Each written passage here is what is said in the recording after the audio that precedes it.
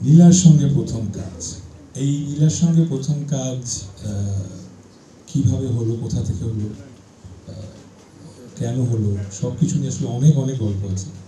ছোট্ট করে বলি, সেটা হচ্ছে যে আমি আর ও গত বছর লাভ সাপ নামে প্রবীর রায় চৌধুরীর একটা কাজে সে প্লেড গেস্ট রোল। তখন আমি ওকে বলেছিলাম যে এই তুমি অভিনয় করছো না কেন এখন? অ্যান্ড বলছিল ভাই আমি করবো যখন রাইট টাইম আসে। আমি ভুল কিছু বলছি না, ইউ হ্যাভ মাইক্রোফোন, বেশি ভুল। সো তখন থেকে I was looking for an opportunity. মা, পিম্পল 5 দিনেই চলে যাবে। যাবে না মা।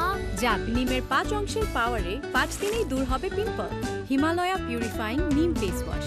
যে নীলার সঙ্গে কখন কাজ করা যায়, কিভাবে কাজ করা যায়। অ্যান্ড এরপর কেম লাস্ট রোজারি, একটা মিউচুয়াল ফ্রেন্ডের বাসায় আমরা রাত্রেবেলা আমি গিয়ে দেখি নীলা ইজ দেয়ার।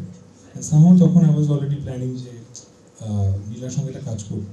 সো ওই দেখাটা না আসলে একরকম একটা উপর আল্লাহর ইশারা ছিল, যাই কাজ করে একসাথে। So something like that.